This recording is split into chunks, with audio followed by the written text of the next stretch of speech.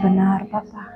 Biar mata hati kami terang, sehingga kami dapat mengerti apa yang Kau sampaikan pada saat sore hari ini kepada setiap kami anak-anak-Mu. Terima kasih Bapa untuk kehadiran-Mu yang luar biasa di tempat ini. Kami mengucap syukur di dalam nama Tuhan Yesus Kristus. Haleluya. Amin. Puji Tuhan, shalom. Bapak, Ibu, saudara-saudaraku yang dikasihi Tuhan, saya senang sekali ya, bersyukur bisa bersama teman-teman, saudara-saudara kembali di tempat ini. Dan pada saat hari ini kita akan kembali belajar di kita, pelajaran yang ke-9 di level 3 ini. Apa yang akan kita pelajari Bapak Ibu teman-teman semua? Sudah dapat ini materinya? Oke, hari ini kita akan belajar tentang tidak di bawah hukum Taurat tetapi di bawah anugerah. Nah, sebelum kita melanjutkan pelajaran kita, saya mau kita sedikit melihat apa sih hukum Taurat itu. Nah, mungkin teman-teman yang sudah belajar, sudah banyak yang mengerti tentang hukum Taurat. Sudah, Bapak Ibu? Ya, dan hari ini kita mau melihat apa sih hukum Taurat. Nah, hukum Taurat itu yaitu hukum yang Tuhan berikan kepada bangsa Israel ya melalui Musa. Waktu itu kita kenal dengan 10 hukum Taurat ya. Nah, hukum Taurat itu diberikan kepada bangsa Yahudi dan isinya adalah perjanjian antara Tuhan dan orang Yahudi. Nah, sekarang kita akan melihat apa tujuan dari hukum Taurat itu diberikan. Nah, kalau kita melihat di dalam Roma 3 ayat yang ke-19. Nah, Roma 3 ayat 19 dikatakan, sudah dapat ayatnya Bapak Ibu? Sudah. Tetapi kita tahu bahwa segala sesuatu yang tercantum dalam kitab Taurat ditujukan kepada mereka yang hidup di bawah hukum Taurat, supaya tersumbat setiap mulut dan seluruh dunia jatuh ke bawah hukum Allah. Jadi ternyata hukum Taurat itu ditujukan kepada mereka yang hidup di bawah hukum Taurat, Bapak Ibu. Ya, kita tahu bahwa bagaimana mulanya hukum itu diberikan. Kalau kita melihat di dalam kitab Keluaran ya, nanti di rumah bisa dibaca. Kalau kita baca hari ini panjang sekali pelajaran ini ya, pelajaran hukum Taurat dan tentang hidup di bawah kasih karunia itu, di bawah anugerah itu bisa seminar seharian. Tapi kita diberi waktu hari ini cuma ya hampir 1 jam kurang lebih. Bagaimana kita mau bisa menerima pelajaran-pelajaran tentang hukum Taurat ini ya sangat terbatas. Tetapi saya percaya Roh Kudus akan menolong kita semua. Amin. Ya. Nah, kita tahu di dalam Roma 3 ayat 23 dikatakan bahwa semua orang telah berbuat dosa dan telah kehilangan kemuliaan Allah. Ya, kita tahu akibat dosa yang mengakibatkan semua orang akhirnya kehilangan kemuliaan Allah. Ketika kita melihat di dalam kitab Kejadian bagaimana manusia pertama sebelum jatuh dalam dosa, manusia itu bisa berhubungan dengan Tuhan. Amin. Ya, mereka bisa berkomunikasi. Adam dan Hawa bisa berkomunikasi dengan Tuhan. Tapi setelah manusia itu jatuh dalam dosa, hubungannya menjadi terputus. Ya, itulah yang menyebabkan manusia itu kehilangan kemuliaan Allah. Ya, mereka menjadi mati secara rohani yang mengakibatkan mereka akhirnya mati secara jasmani. Nah, tetapi kita tahu bagaimana perjalanan ketika Adam setelah jatuh dalam dosa, Tuhan tetap mengasihi orang Adam dan Hawa, betul? Ya, Tuhan tetap mengasihi Adam dan Hawa sekalipun mereka sudah jatuh dalam dosa. Ya, kasih Tuhan luar biasa. Dan kita melihat perjalanan setelah masa Adam, terus Abraham, ya, dan bagaimana orang-orang itu berjalan di dalam anugerah Tuhan, ya. Dan kita lihat di dalam kitab Keluaran setelah Musa memimpin bangsa Israel dan akhirnya Tuhan memberikan hukum kepada bangsa Israel, yaitu hukum Taurat. Ya, sampai di sini bisa mengerti saudara-saudara, ya. Nah, seperti itu. Nah, sekarang kita tahu hukum Taurat itu diberikan kepada Musa dan diberikan kepada bangsa Israel supaya bangsa Israel mengerti seperti ini aturan-aturan yang Tuhan berikan kepada mereka. Ya. Dan inilah hukum-hukum yang Tuhan berikan kepada mereka. Dan kita tahu di dalam Roma 3 ayat 19 tadi kita membaca bahwa hukum Taurat itu ditujukan kepada mereka yang hidup di bawah hukum Taurat. Ya. Dan kita tahu bahwa beberapa hal yang kita lihat, kita pelajari di dalam kitab Roma yang banyak menggali tentang hukum Taurat. Kita lihat di dalam Roma 7 ayat 7. Nah, hukum Taurat itu membuat orang mengenal dosa jadinya. Ya. Nah, Roma 7 ayat 7 dikatakan, jika demikian apakah yang hendak kita katakan? Apakah hukum Taurat itu dosa? Sekali-kali tidak. Sebaliknya justru oleh hukum Taurat aku telah mengenal dosa. Karena aku juga tidak tahu apa itu keinginan. Kalau hukum Taurat tidak mengatakan jangan mengingini. Ya, jadi kalau kita sedikit belajar ya melihat hukum Taurat itu, ya hukum Taurat itu banyak bertuliskan jangan.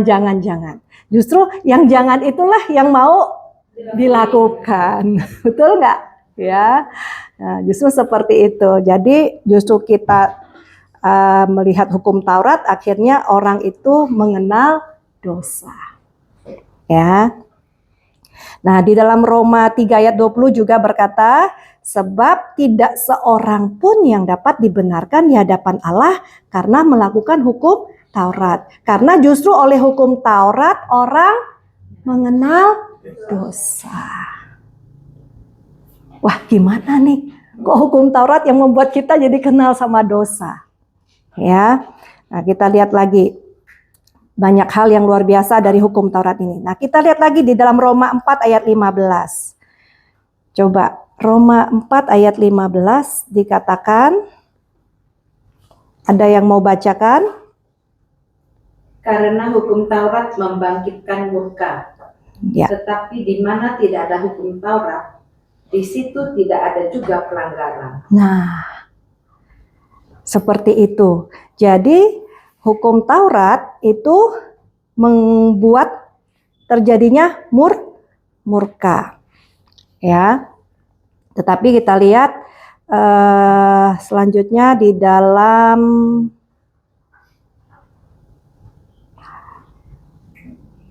saya mau kita melihat di dalam Roma 7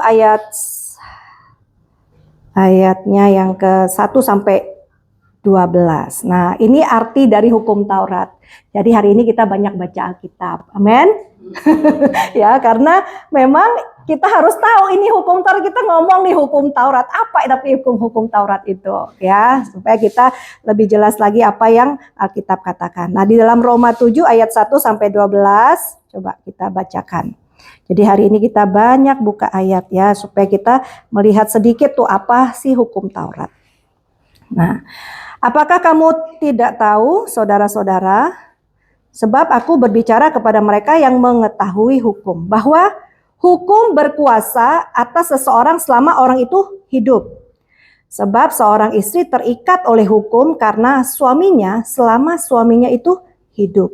Akan tetapi apabila suaminya itu mati, bebaslah ia dari hukum yang mengikatnya kepada suaminya itu. Jadi selama suaminya hidup, ia dianggap berzina kalau ia menjadi istri laki-laki lain. Tetapi jika suaminya telah mati, ia bebas dari hukum. Sehingga ia bukanlah berzina kalau ia menjadi istri laki-laki lain. Sebab itu saudara-saudaraku, kamu juga telah mati bagi hukum Taurat oleh tubuh Kristus, supaya kamu menjadi milik orang lain, yaitu milik Dia yang telah dibangkitkan dari antara orang mati, agar kita berbuah bagi Allah. Sebab waktu kita masih hidup di dalam daging, hawa nafsu dosa yang dirangsang oleh hukum Taurat bekerja dalam anggota-anggota tubuh kita agar kita berbuah bagi maut. Tetapi sekarang kita telah dibebaskan dari hukum Taurat. Sebab kita telah mati bagi Dia yang mengurung kita, sehingga kita sekarang melayani dalam keadaan baru menurut roh, dan bukan dalam keadaan lama menurut huruf hukum Taurat. Jika demikian, apa yang hendak kita katakan? Apakah hukum Taurat itu dosa? Sekali-kali tidak. Sebaliknya, justru oleh hukum Taurat aku telah mengenal dosa. Karena aku juga tidak tahu apa itu keinginan, kalau hukum Taurat tidak mengatakan jangan mengingini, tetapi dalam perintah itu dosa mendapat kesempatan untuk membangkitkan di dalam diriku rupa-rupa keinginan. Sebab tanpa hukum Taurat dosa mati. Dahulu aku hidup tanpa hukum Taurat. Akan tetapi sesudah datang perintah itu, dosa mulai hidup, sebaliknya aku mati.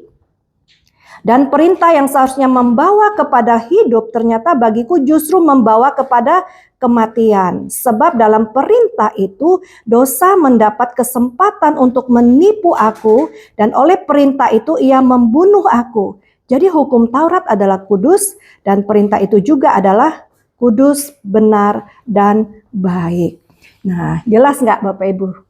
Ya, itu arti dari hukum Taurat. Nah, kalau kita mau bahas, ya, jadi selama seseorang dia terikat, ya, dia memberikan Paulus memberikan satu perumpamaan bagaimana di dalam ikatan pernikahan seseorang yang masih terikat dengan satu pernikahan, ya, dia terikat dengan suaminya selama mereka tetap hidup bersama. Tapi setelah misalnya pasangannya itu meninggal, orang itu sudah tidak punya ikatan lagi. Seperti itu. Ya. Nah, di dalam kita menjalankan kehidupan kita sebagai anak Tuhan. Nah, sekarang bagaimana? Ya. Nah, tadi dikatakan kita ini sudah bebas dari hukum Taurat karena kita percaya kepada Tuhan. Ya, nah kalau kita melihat, ya dikatakan sebab sebelum hukum Taurat telah ada dosa di dalam dunia, tapi dosa itu tidak diperhitungkan kalau tidak ada hukum Taurat. Jadi waktu dulu hukum Taurat itu orang berdosa itu tidak diperhitungkan sebelum datang hukum Taurat. Menyimak sampai sini? Ya, jadi sebelum dosa itu diperhitungkan, sebelum ada hukum Taurat, dosa itu ada, tapi dosa itu tidak diperhitungkan.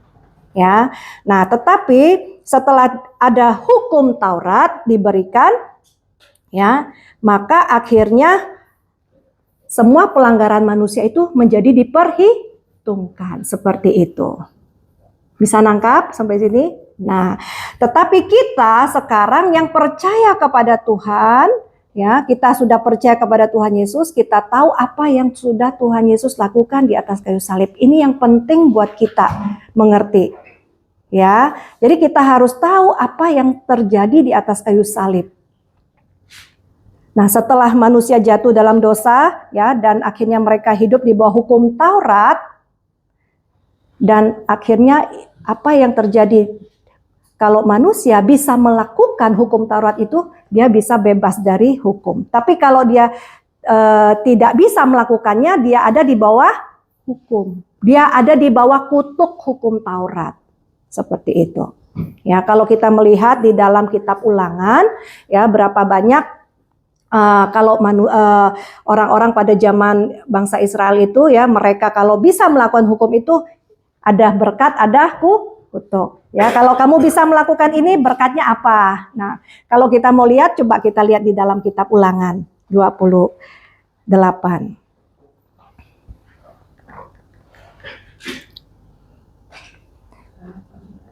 Coba kita lihat kitab Ulangan 28.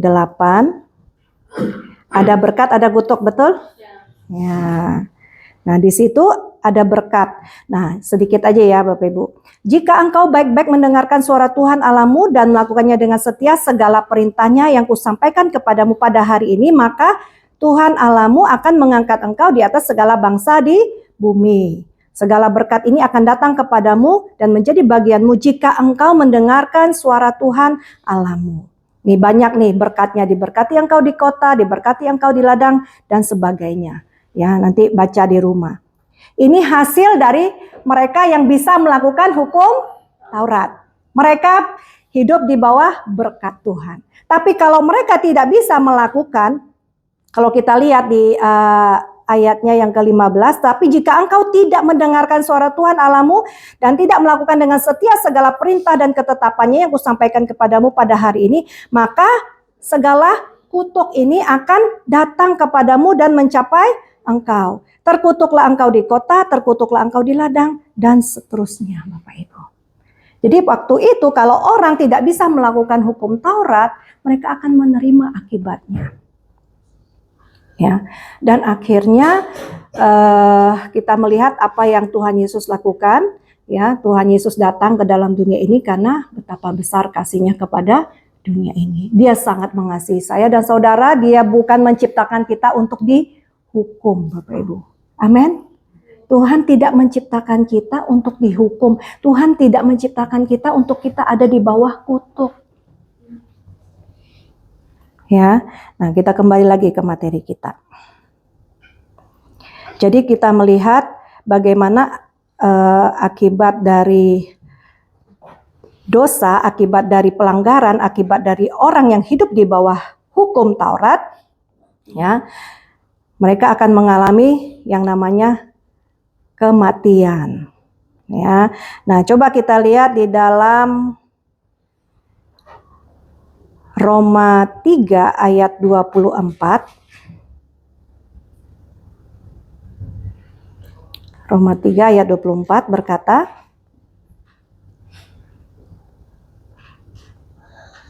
bisa dibantu?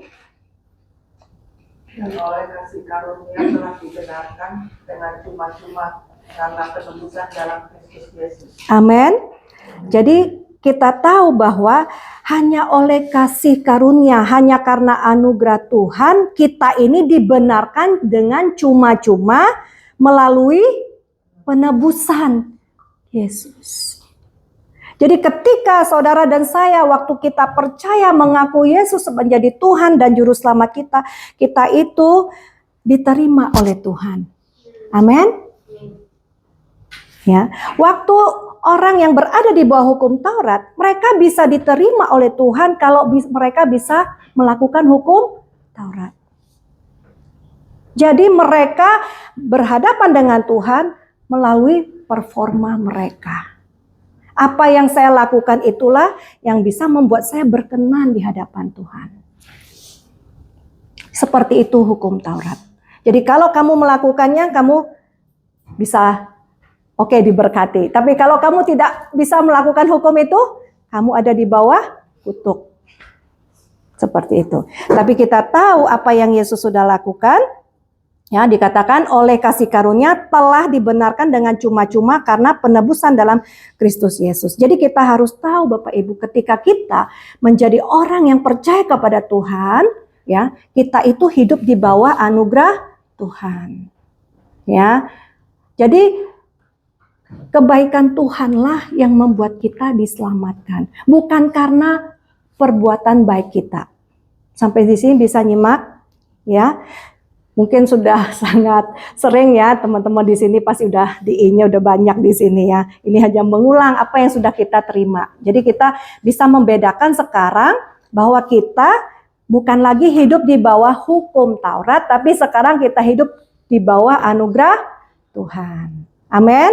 Jadi ketika sekarang kita berhadapan dengan Tuhan, bukan berdasarkan performa kita seperti orang yang masih di bawah hukum Taurat. Ya, nah sekarang kalau kita melakukan kehidupan kita menjalankan kehidupan kita mau menyenangkan Tuhan, itu karena apa? Karena apa yang Tuhan sudah lakukan kepada kita. Amin. Bukan lagi supaya kita itu diterima oleh Tuhan, bukan lagi supaya kita diberkati oleh Tuhan. Amin. Nah, kalau orang di bawah hukum Taurat, dia melakukan sesuatu supaya Tuhan bisa menerima dia, supaya Tuhan bisa memberkati dia. Nah, sekarang kita yang sudah hidup di bawah anugerah Tuhan, kita tahu sekarang posisi kita sudah pindah. Amin. Ya, bukan lagi di bawah hukum Taurat, tapi kita sekarang di bawah anugerah Tuhan, ya, di bawah kasih karunia Tuhan. Seperti itulah sekarang kita menjalankan kehidupan kekristenan kita. Setuju? Ya. Nah, saya mau kesaksian. Nah, dulu saya juga ya bukan orang yang percaya kepada Tuhan Yesus. Mungkin saya sudah pernah cerita, saya sudah pernah kesaksian, tapi mungkin ada beberapa yang baru ya teman-teman kita ya. Nah, setelah saya percaya kepada Tuhan Yesus, saya menerima Yesus menjadi Tuhan dan juru selamat saya, ya. Saya menjalankan kehidupan kekristenan saya itu, saya balik lagi ke bawah hukum. Seperti itu. Saya melakukan sesuatu supaya Tuhan itu bisa terima saya. Saya tahu waktu saya percaya kepada Tuhan Yesus, semua dosa saya sudah diampuni. Tapi habis selesai itu bagaimana? Nah, saya masih menjalankan kehidupan kekristenan saya. Ya, saya masih menjalankan kehidupan. Tapi ada kalanya saya jatuh. Nah, ketika saya jatuh, saya merasa Tuhan itu sudah pergi meninggalkan saya. Jadi apa yang saya lakukan? Saya berpikir saya melakukan sesuatu lagi, ya saya rajin beribadah, saya rajin melayani, saya rajin memberi persepuluhan. Supaya apa? Supaya saya itu bisa berkenan lagi di hadapan Tuhan. Seperti itu. Nah, tetapi setelah saya mengenal kasih karunia Tuhan, bahwa anugerah Tuhan itu apa sih? Nah, coba kita lihat dulu. Ya, kasih karunia itu adalah ya kabar baik Bapak Ibu. Ya, pasti kita semua di sini sudah tidak asing dengan kata Injil. Ya. Nah, Injil itu apa sih? Injil itu kabar baik. Nah, kabar baik yang artinya kita menerima perkenanan Tuhan, kita menerima kebaikan Tuhan yang kita bisa terima bukan berdasarkan apa yang kita perbuat. Kebaikan Tuhan ya yang kita terima bukan melalui usaha kita, tapi benar-benar ini pemberian. Amin. Itulah kasih karunia, itulah anugerah. Nah, sekarang ya kita harus tahu bahwa kekristenan itu ya bukan berbicara tentang agama.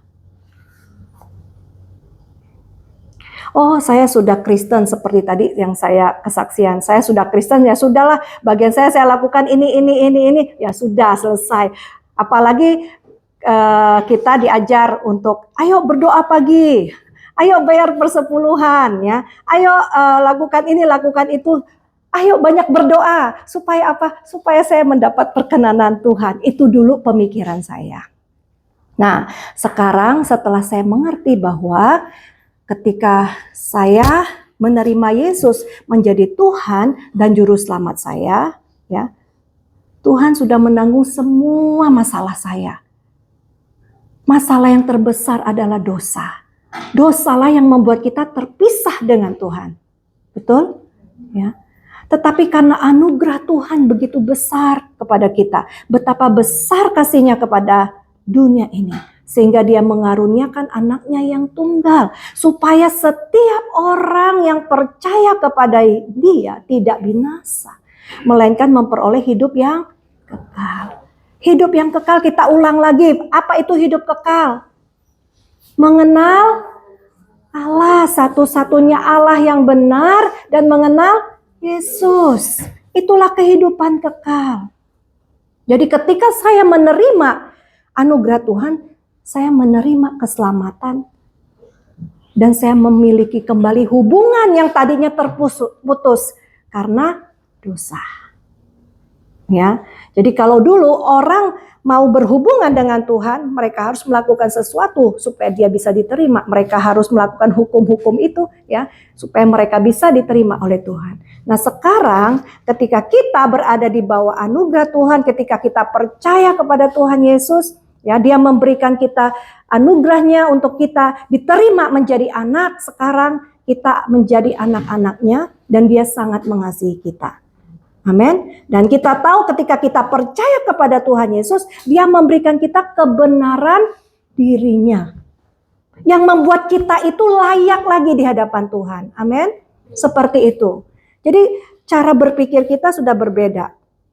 Nah, ketika sebelum saya mengerti bahwa saya dibenarkan dengan cuma-cuma karena penebusan Yesus, saya berpikir apa yang saya lakukan ini adalah supaya bisa saya diterima oleh Tuhan. Tapi setelah saya mengerti anugerah Tuhan bahwa saya sekarang sudah diterima menjadi anak-anaknya. Dan sekarang posisi kita menjadi orang yang sudah dibenarkan. Nah, saya percaya minggu lalu sudah dibahas ya. Di dalam 2 Korintus 5 ayat 21. Coba kita buka lagi ayat ini. 2 Korintus 5 ayat 21.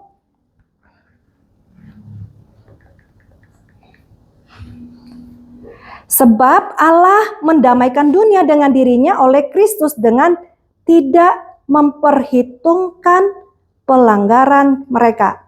Ia telah mempercayakan berita pendamaian ini kepada kami. Dia yang tidak mengenal dosa telah dibuatnya menjadi dosa karena kita, supaya dalam Dia kita dibenarkan oleh Allah.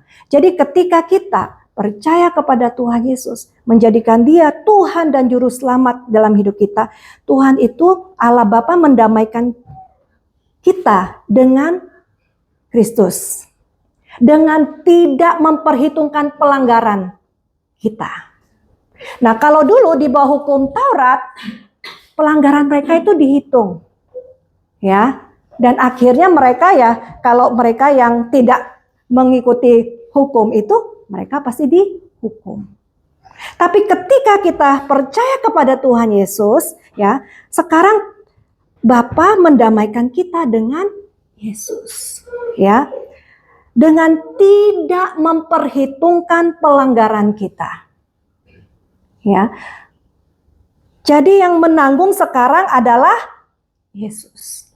Dia yang tidak mengenal dosa telah dibuatnya menjadi dosa karena kita. Jadi kita tadinya orang yang berdosa, ya, hidup di bawah hukum Taurat, ya, hidup di bawah kutuk, ya. Dan ketika kita hidup di bawah hukum Taurat, kita menjadi mengenal dosa, ya. Dan ketika kita percaya kepada Tuhan Yesus, dosa-dosa kita itu yang tadinya harusnya diperhitungkan kepada kita, sekarang dosa kita itu diberikan kepada siapa? Yesus. Seperti itu. Jadi kita menjadi orang yang dibenarkan sekarang. Ya, dulu kita bukan orang benar ketika kita berada di bawah hukum Taurat. Jadi kalau kita mau jadi orang yang benar, ya kita harus melakukan hukum-hukum itu. Nah, kita tahu kalau di dalam di Yakobus dikatakan, kalau kita bisa melakukan hukum 10 hukum, ya, ada hukum-hukum, kalau ada satu yang tidak bisa kita lakukan, kita juga bersalah pada semuanya. Coba di dalam Yakobus 2 ayat 10 ya, coba kita buka.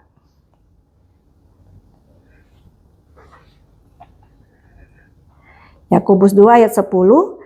Tetapi jika kamu, ayat 10. Sebab barang siapa menuruti seluruh hukum itu, tetapi mengabaikan satu bagian daripadanya, ia bersalah terhadap seluruhnya. Jadi siapa yang bisa hidup di bawah hukum itu? Kalau kita bisa melakukan misalnya 10 hukum, ya, kita tahu ada hukum Taurat itu kalau dihitung ada sekitar 613 ya. Hukum yang harus dilakukan. Kalau ada satu hukum yang tidak bisa kita lakukan, walaupun kita bisa menjalankan 99%, tapi ada satu hukum yang tidak bisa kita jalankan, semuanya akan menjadi batal. Siapa yang bisa hidup di bawah hukum itu? Tidak ada. Makanya kita butuh anugerah Tuhan, ya. Makanya Yesus datang Untuk apa?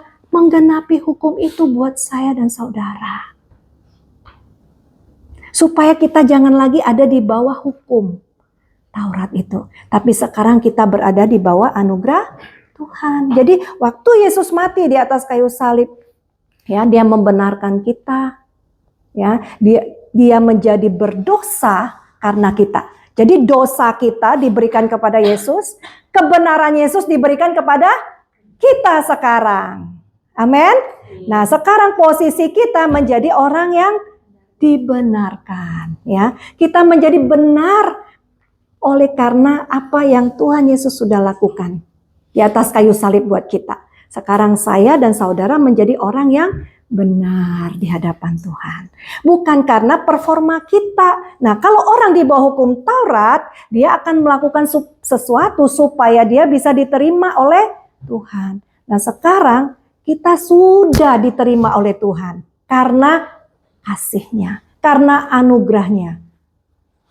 Bukan karena apa yang kita lakukan, tapi karena apa yang Yesus sudah lakukan buat kita, sekarang menjadikan kita orang benar di hadapan Tuhan. Amin. Nah, sekarang lihatlah diri kita, hiduplah seperti apa yang Tuhan lihat.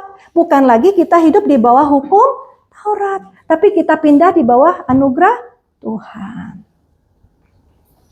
Amin, Bapak Ibu. Ya, pelajaran ini sangat memerdekakan saya. Ya, karena dulu saya juga orang yang rajin beribadah, rajin baca firman Tuhan, ya, supaya saya bisa diterima oleh Tuhan.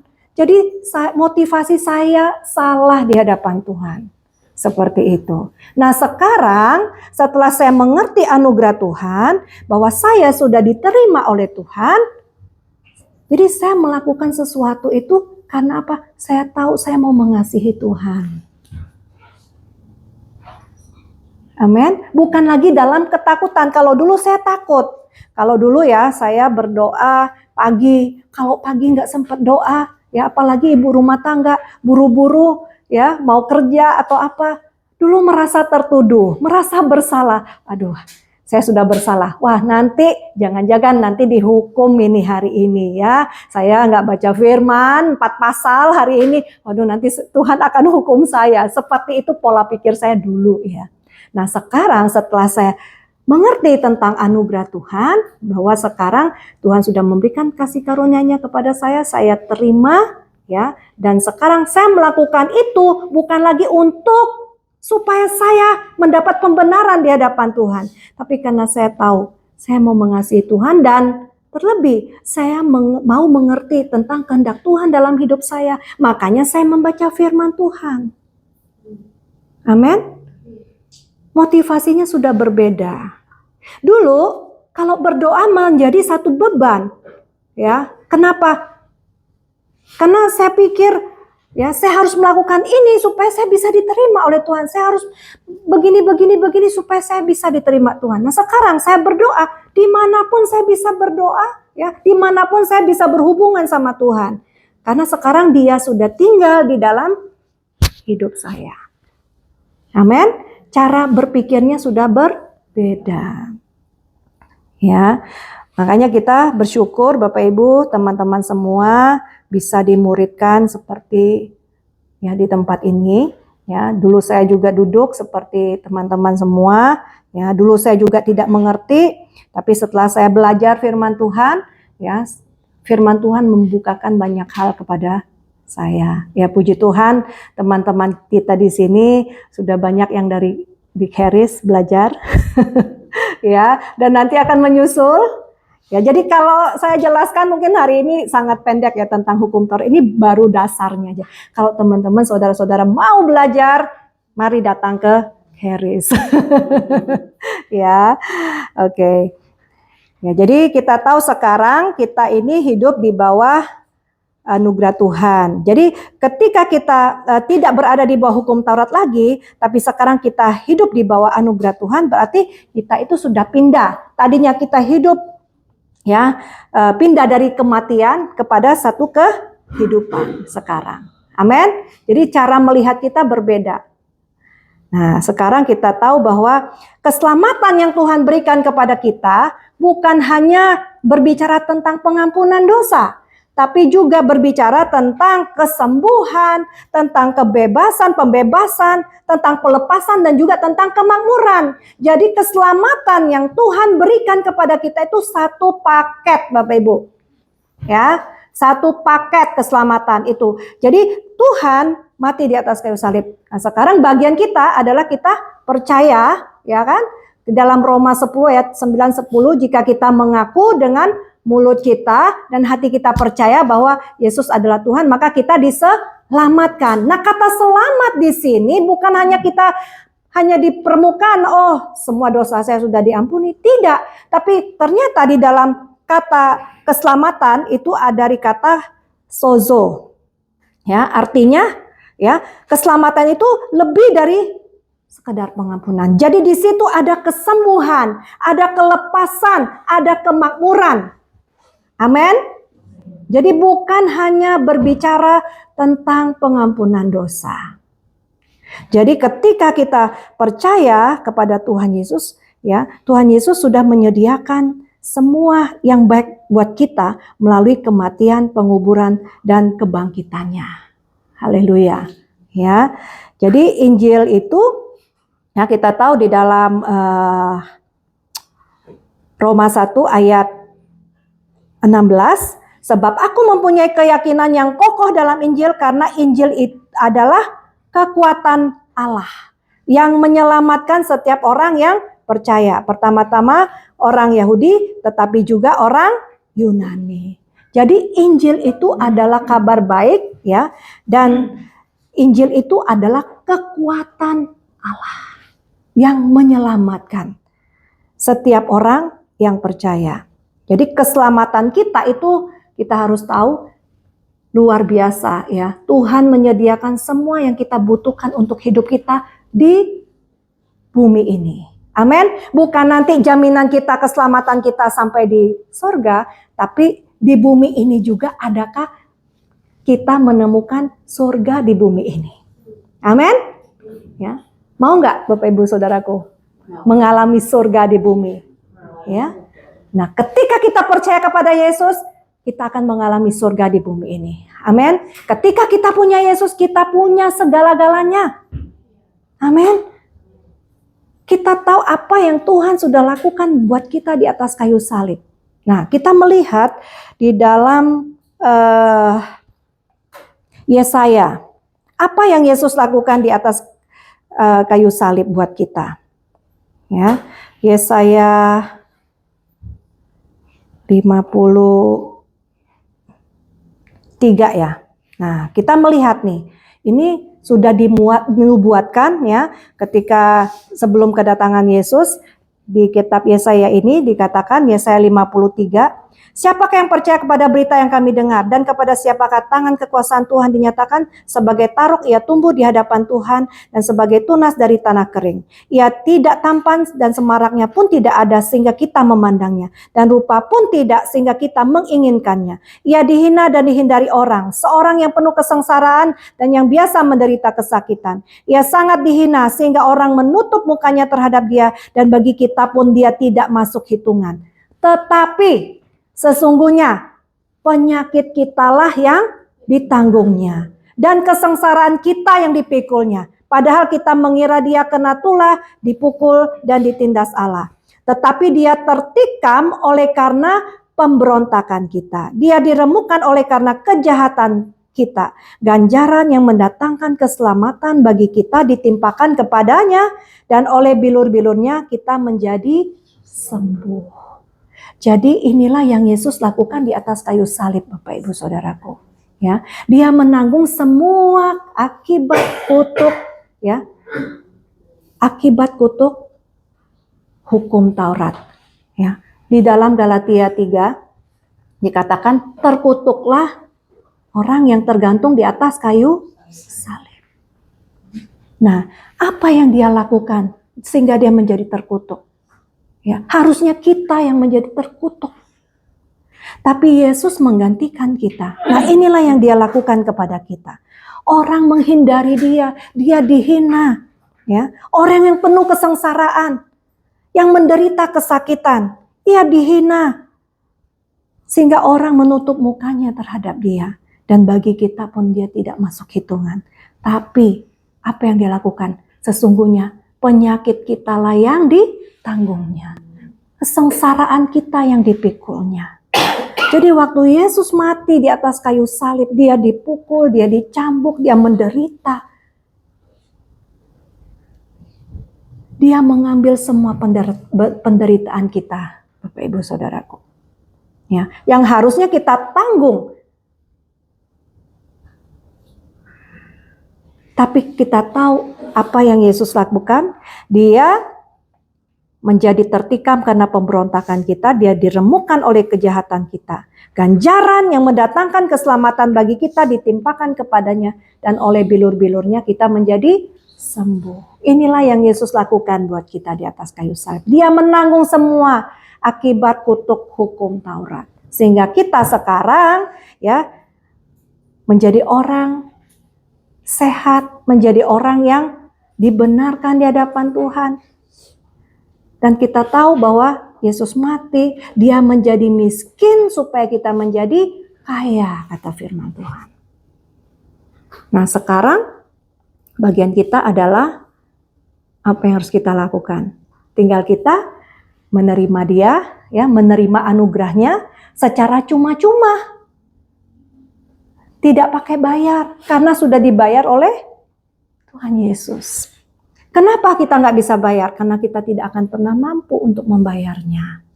Ya, itulah anugerah Tuhan bagi kita. Nah, sekarang maukah kita menerima anugerahnya dalam hidup kita? Amin.